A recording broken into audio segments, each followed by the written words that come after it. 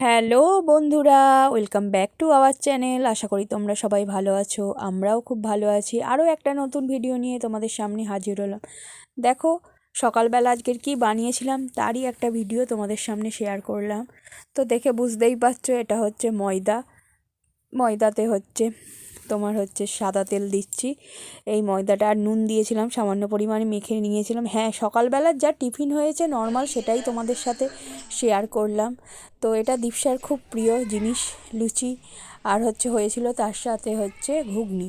তো ঘুগনির রেসিপিটা তোমাদের সাথে শেয়ার করলাম, সাথে লুচি হয়েছিল, তো লুচিটাও তোমাদের সাথে শেয়ার করে নিলাম। দেখো, লুচি বেলা হয়ে গেছে, এবারে ভাজার পালা। তো ভাবলাম কি কি একটু টিফিন হচ্ছে, কি আর কি টিফিন হচ্ছে সেটাই তোমাদের সাথে একটু শেয়ার করি।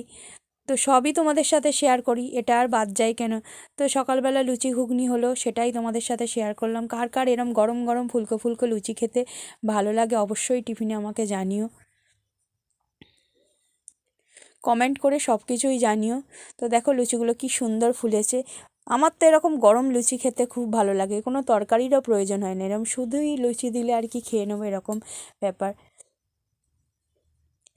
তো ছোটোবেলায় লুচি আমারও খুব প্রিয় ছিল, তো দেখলাম দীপসারও খুব ফেভারিট। দীপসার বায়নাতেই আজকের আর কি লুচিটা মেনলি বানানো হলো। তো যেহেতু এখন অত তেলের জিনিস খাওয়া হয় না বলে লুচি সেইভাবে হয় না বলতে গেলে, রুটি আমাদের টিফিনে বেশিরভাগ রুটিই হয়। তো দীপসা যেহেতু আজ বায়না করছিল, তাই দীপসার বায়নার জন্যই লুচি বানিয়ে ফেললাম। তো এইদিকে দেখো আর বলেছিলাম সাথে ঘুগনি হয়েছে। তো এই ঘুগনির কড়াইগুলো দেখো প্রেশার কুকারে দিয়ে দিয়েছে। আগেই দেখলে টমেটো আলু সব কেটে নিয়েছিলাম। এই ঘুগনির মটরগুলো আর কি তোমার আগের দিন ভিজিয়ে রেখেছিলাম, না হলে তো জানো, না ভিজিয়ে রাখলে সেদ্ধ হতে খুব সমস্যা।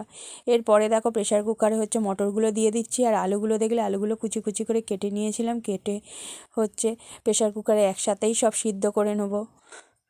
আমার তো জানো বেশিরভাগই সিদ্ধ করেই সব কিছু করি, তাড়াতাড়ি হবে বলে।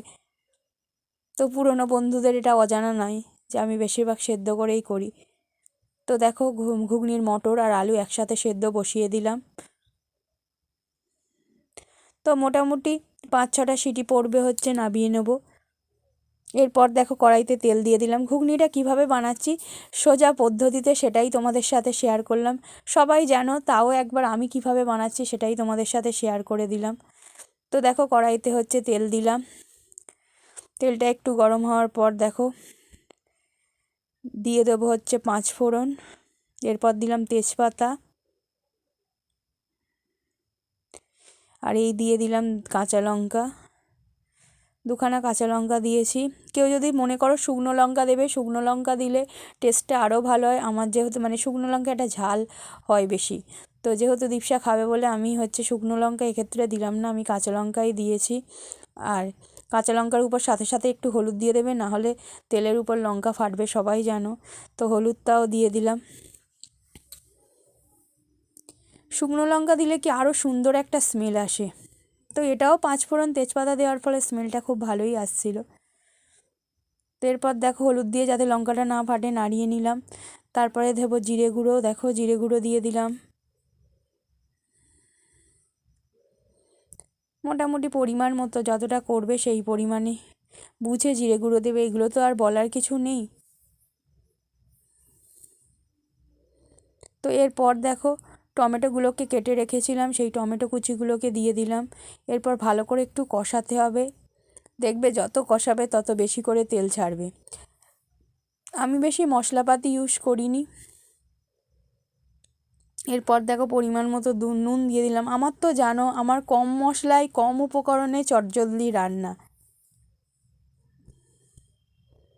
এটাই আমার রান্নার প্রসেস, যেটা প্রত্যেকটা গৃহিণীর প্রয়োজন। কম উপকরণে কম মশলায় কম সময়ে যত তাড়াতাড়ি পারবে রান্না হবে, টেস্টি রান্না হবে। তো এই দেখো তেল ছাড়ছে কি সুন্দর, দেখো তেলটা ছেড়ে গেছে।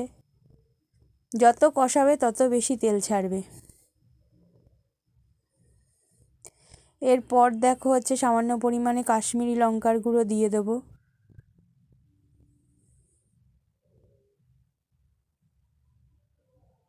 তো দেখো কাশ্মীরি লঙ্কার গুঁড়ো দিয়ে দিলাম। কাশ্মীরি লঙ্কার গুঁড়ো দিলে আরও সুন্দর হয়, এতে ঝাল হয় না কিন্তু কালারটা সুন্দর হয়। এরপর দেখো সেদ্ধ করা যে মটর আর আলুগুলো সেদ্ধ করেছিলাম সেগুলোকে দিয়ে দিলাম। আর কিছু দিতে হবে না, মোটামুটি মশলাপাতি সবই দেওয়া হয়ে গেছে।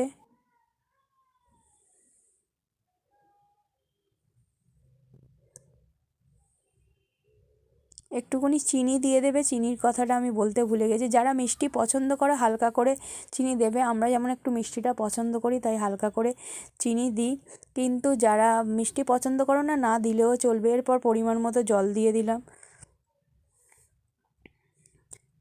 তো পরিমাণ মতো জল দেওয়ার পর ধনে পাতা ছিল, এখন তো শীতকাল, ধনে পাতা পাওয়াই যাবে সব সময়, তো ধনে পাতা কুচিয়ে হচ্ছে দিয়ে দিলাম। তো এরপর ফুটলেই মোটামুটি রেডি আমার ঘুগনি। তো সকাল সকাল জলখাবারে কার কার এরম গরম গরম লুচি আর ঘুগনি খেতে ভালো লাগে সেটা অবশ্যই আমাকে কমেন্টে জানিও। এরপর লাস্টে গরম মশলা দিয়ে দিলাম। তো আশা করি ভিডিওটা তোমরা পুরোটা দেখবে, লাইক দিয়ে কমেন্ট করবে এবং সব সময় পাশে থাকবে, চ্যানেলটাকে সাবস্ক্রাইব করবে। Thank you so much.